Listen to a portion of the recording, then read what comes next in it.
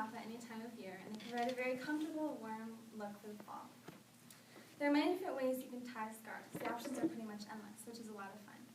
Today I'll be showing you 4 different ways you can tie your scarves. The first one is called the simple loose knot scarf. The second is called the bow tie.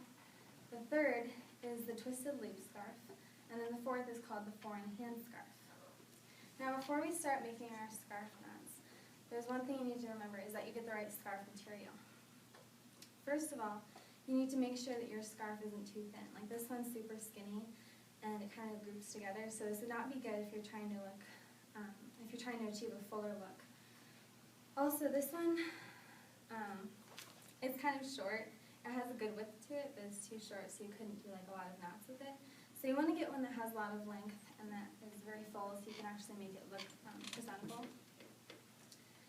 This scarf is probably ideal because it has a very nice width to it, and it's also nice and long and fluffy, so you can put it. Okay, so for the first one, this is called the simple loose knot, and what you want to do is you want to start out with it around your neck, just like this, with both sides even in the front. Now this is the most popular scarf tie, so you're probably wondering why I'm even telling you this, but this is kind of like the backbone for other scarf knots, so it's really important that you get the basics down. So for this one, you start with both ends evenly in the front, and then you take it, make one end a little longer, wrap it around your neck, and pull it through on the other side. Now the fun thing about scarves is you can kind of adjust them to the length you want. So you can put it up here close to your neck, don't choke yourself, and then you can also loosen it up a little bit and make it look fuller. Just like that. So that's the simple loose knot scarf. That one's pretty easy. And then if you're looking for something a little bit more complex, you can go to the bow tie scarf, which is the next one. When I first saw a picture of this on the internet, I was a little bit confused and I wondered if we would be able to do it because it looked complicated to me. But then I realized it's as easy as tying your shoe. Literally, it's tying your shoe on a scarf. So with this one, you're going to start with it around your neck with both sides hanging down evenly in the front again. And then, for those of you who always use those Velcro shoes in elementary school, I'll show you how to tie your shoe on a scarf. So this one, you're going to cross it over and make an X, just like this. Then you take one end, put it through the top, pull it through. And again, this is where you can decide what length you want it to be. I wouldn't recommend that you put it too high for the bow tie because it's pretty full, so it might get in the way of your face. And I also wouldn't want it, you don't want it too low because then it'll be in the way when you're moving around throughout the day. So mid-torso is usually a good length. Alright, so then you want to make a small bunny ear and just hold it and keep it pretty loose so you can fluff it out at the end. And then you wrap it around and pull it through, just like this. Then you can fluff it out. So it looks like an actual bow tie. And then the fun thing is you can put it to the side, you can wear it right down the middle, and you can just adjust the way you want it to look. And you can just play around with it.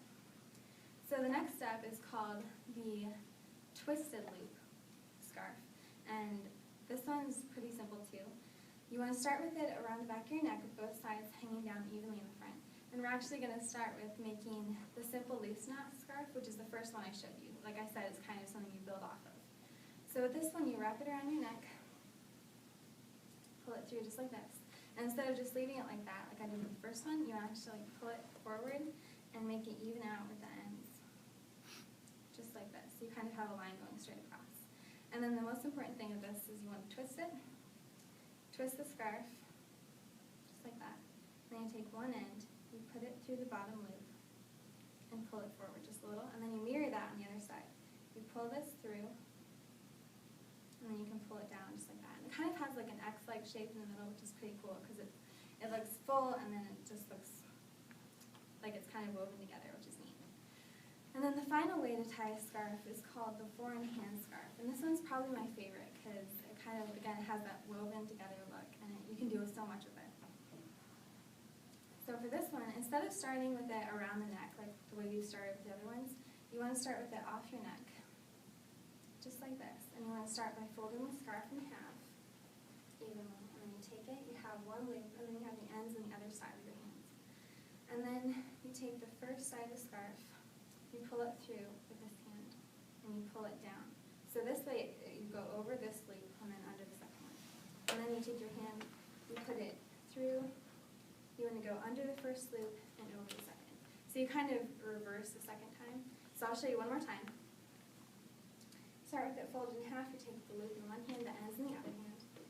Do this, pull it through, go going over the first one, under the second, and then you go under the second and over the first, just like that, and then you can kind of fluff it up. And again, this one's my favorite because it kind of has that woven look, and then you can fluff it out. And again, with all these scarves, you can use them. You can get all sorts of different styles, lengths, designs, and you can just have fun with those. And I like the fact that you can easily make any dull outfit. So like this plain white shirt, it kind of is pulled together more and adds a little more excitement to the outfit when you have a scarf like this. So I've shown you 4 different ways you can tie your scarves, and the most important thing to remember is that you get the right kind of scarf material. You don't want it too thin, you don't want it too drab and flat. You want something nice and full that you can use to make your outfit a little bit more exciting. So in conclusion, the next time you're looking for a way to brighten up any dull outfit, instead of going out and purchasing a full outfit for your wardrobe, which doesn't always, you can't always afford that, you can go out and just purchase a single cheap scarf, and then you can easily make